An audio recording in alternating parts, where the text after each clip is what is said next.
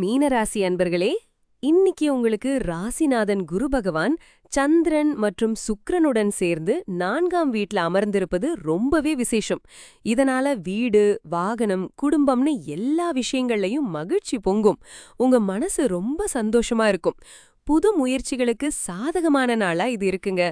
தைரியஸ்தானமான 3ஆம் வீட்ல சூரியன் இருக்கிறதுனால எந்த காரியத்தை ஆரம்பிச்சாலும் நல்லா நடக்கும். ஆனா அங்கேயே அஸ்தங்கமான புதன் இருக்கிறதுனால பேசும்போது கொஞ்சம் யோசிச்சு நிதானமா பேசுங்க. 6ஆம் வீட்ல கேது பகவான் இருக்கிறதுனால எதிரிகள் தொல்லை இருக்காது. கடன் பிரச்சனைகளும் படிப்படியா குறையும்.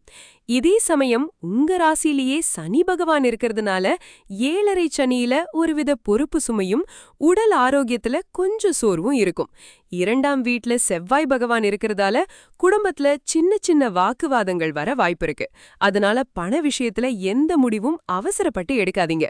12ஆம் வீட்ல ராகு பகவான் இருக்கிறதுனால தேவையில்லாத செலவுகளையும் தேவையற்ற அலைச்சல்களையும் கொஞ்சம் கவனமா தவிர்த்திடணும்.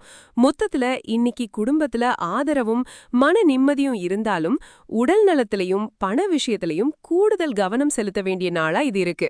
குறிப்பா பேச்சுல நிதானம் ரொம்பவே அவசியம். இன்னைக்கு உங்களுக்கு 4 நட்சத்திரம். பரிகாரமா சனிக்கிழமைகள்ல நல்லெண்ணெய் தீபம் ஏத்தி ஏழைகளுக்கு உணவு அல்லது உடை தானம் செய்யறது ரொம்ப நல்லது.